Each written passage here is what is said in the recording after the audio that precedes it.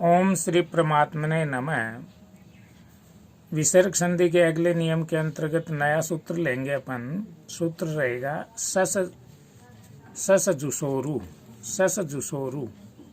सूत्र का पद छेद करेंगे तो सस जुसोह अलग हो जाएगा और रू अलग हो जाएगा। यही रहेगा, पदों को विभाजन करना पद छेद कहलाता है। अब पद का अर्थ लें तो ये सस जुसो है, इसका हिंदी अर्थ होगा सकार का, यानी सस जुसो शब्द है उसका षष्ठी विभक्ति एक वचन सस जुसो बना, हिंदी अर्थ सकार का।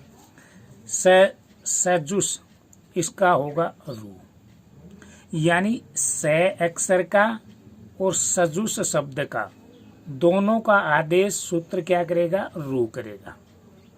सूत्र की व्याख्या संस्कृत के दृष्टिकोण से रहेगी।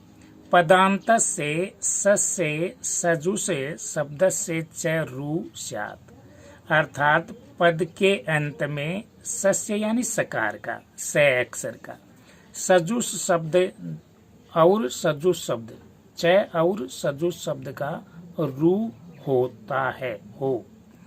सूत्र का अर्थ हिंदी के दृष्टिकोण से सूत्र की व्याख्या पदांत से पद के अंत का सस से स का सजुस शब्द स और सकार यानी दंते सकार और सजुस ये स मूर्धन्य सकार, दोनों शब्दों के दोनों संस्कारों के स्थान पर जो है वो रू आदेश होगा। सूत्र का अर्थ रहेगा पद के अंत में सकार यानी दंते सकार तथा सजुस यानी मूर्धन्य सकार, यानी सकार और सजुस इन दोनों शब्दों के स्थान पर रू होता है। जैसा कि उदाहरण में दर्शाया है, शिव धन रू धन अर्चे। शिव से शब्द था, उसमें सकार के स्थान पर रू आदेश हुआ और अर्चे आगे वाला पद प्राप्त हुआ। अब ये रू है, ध्यान देंगे, ये रू है, उसमें रकार जो है वो नष्ट हुआ तो रू के ऊ की इत संज्ञा का भाव रहेगा लोप होना। तो ऊ की इत संज्ञा होने पर केवल रकार रे अक्षर बचा। तो शिव धन ऊ इत संज्ञा अर्चे, इत संज्ञा का भाव रहता लोप होना, तो ऊ का लोप हो गया तो रे वर्ण बचा, स्थिति बन जाएगी शिवर धन अर्चे। ये सूत्र यही आदेश करता है। अब इसका स्पष्टीकरण अगले सूत्र में देखेंगे। सूत्र कह रहा है, सूत्र अतोह रोर पलुदाद पलुते। अब यहाँ पर इसका पद छेद करेंगे तो अत है, यानी ओ की मात्रा को गुण के नियम से अलग किया तो रुत्व के नियम से विसर्ग आ गया, अतः बचा। और रोहो यानी ये रकार है, इसकी जगह ये विसर्ग बना तो रो हो गया। और रोह का भाव रहेगा षष्ठी एक वचन, रू का रोह षष्ठी एक वचन हो गया। अपलुताद यानी प्लुत वर्ण से भिन्न, प्लुत स्वर से भिन्न, यानी ए त्रिमात्रिक नहीं होकर के केवल एक मात्रिक ए रहे, जिसको अपन ह्रस्व ए कहते हैं। तो ऐसे अपलुते यानी पुनः अपलुत यानी ह्रस्व ए ही हो, वैसी स्थिति में ये इसका भाव रहेगा। पुनः समझेंगे पद का अर्थ अतः ऐसे, और रोह रू का षष्ठी एक वचन रू का हिंदी अर्थ रहेगा। पलुताद यानी ह्रस्व ए, अपलुते ह्रस्व ए यानी प्लुत से भिन्न, प्लुत त्रिमात्रिक से भिन्न, ए हो तो ह्रस्व ए ही प्राप्त होगा, अर्थात एक मात्रिक ए, प्लुत भिन्न अर्थात ह्रस्व ए, यही इसका पदछेद का अर्थ रहेगा। सूत्र की व्याख्या संस्कृत के दृष्टिकोण से जानेंगे तो पाएंगे अपलुतादत, यहाँ पर पदछेद करेंगे तो अपलुतात धन अतः, यानी ए प्लुत ऐसे उसके परे का जो रू है उस रू का ऊ होता है, रो ऊशात ए प्लुते अति। कैसी स्थिति में? हरस्व ए के बाद हरस्व ए हो, वैसी स्थिति में।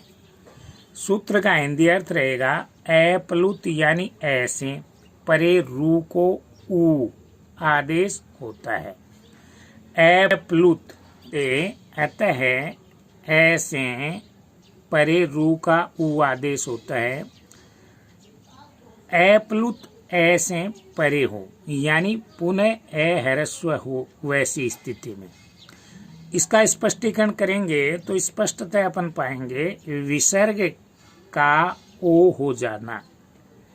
यदि विसर्ग से पहले ए हो और बाद में किसी वर्ग का तीसरे अक्षर का भाव रहता है गे जय डे दे बे, चौथा अक्षर घे झे झे भय और घे ढे ध, ये चौथा अक्षर रहता। पांचवा ई में गे ने में, तो ये पांचवा वर्ण। या फिर ये रे ले वे है में से कोई वर्ण हो तो विसर्ग का ऊ हो जाता है, यानी विसर्ग जो है वो ऊ में परिवर्तित हो जाता है तथा वह ऊ अपने पूर्ववर्ती ए में मिलकर ए धन ऊ गुण के नियम से ओ बन जाता है। इसको साधारण शब्दावली में समझें तो अपन ये जानेंगे, जैसे संधि का विच्छेद करने पर अपन दो पद प्राप्त करते हैं। पूर्व पद अर्थात प्रथम पद के अंत में क्या स्थिति है, और उत्तर पद के शुरू में पहले अक्षर में क्या स्थिति है। तो यहाँ पर ए है किसी उदाहरण में, और उस ए स्वर के बाद में विसर्ग है, तो वैसी स्थिति में पहले पद के अंत में ये स्थिति रहे। बाद वाले पद में या तो वर्ग का तीसरा अक्षर यानी ग जय डे दे बे, या फिर वर्ग का चौथा अक्षर, या फिर वर्ग का पांचवा अक्षर अर्थात ये मैं गे न, अथवा ये रे ले वे और है हूं। तो ऐसी स्थिति में क्या होता है, उदाहरण से देखेंगे। जैसे ये मन है तो न में कौन सा स्वर है, ए हरस्व है। उसके बाद क्या है, विसर्ग। तो न का ए और वो विसर्ग जो है, जो सूत्र आदेश उसका विसर्ग के अनुसार रू का कर रहा है, और रू का जो है रे उसका क्या करता है, लोप करता है।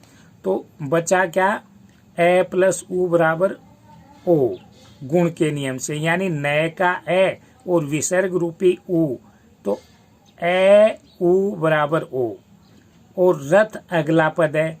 वैसी स्थिति में सूत्र ये कह रहा है या तो वर्ग का तीसरा चौथा अक्षर हो, अथवा ये रे लव है में से कोई स्वर हो। इसका मतलब रे आ रहा तो ये नियम लागू होता है। तो वैसी स्थिति में पहले पद में गुण के नियम से ऐसे ओ की मात्रा इसमें संधि करते समय आ जाएगी और शब्द बन जाएगा, संधि बन जाएगी मनोरथ है। यही नियम इसमें शर्त के अनुसार ऐसे ही लागू रहेगा। वही नए का ए प्लस विसर्ग का ऊ, तो नए ए प्लस ऊ ओ मनो बन गया।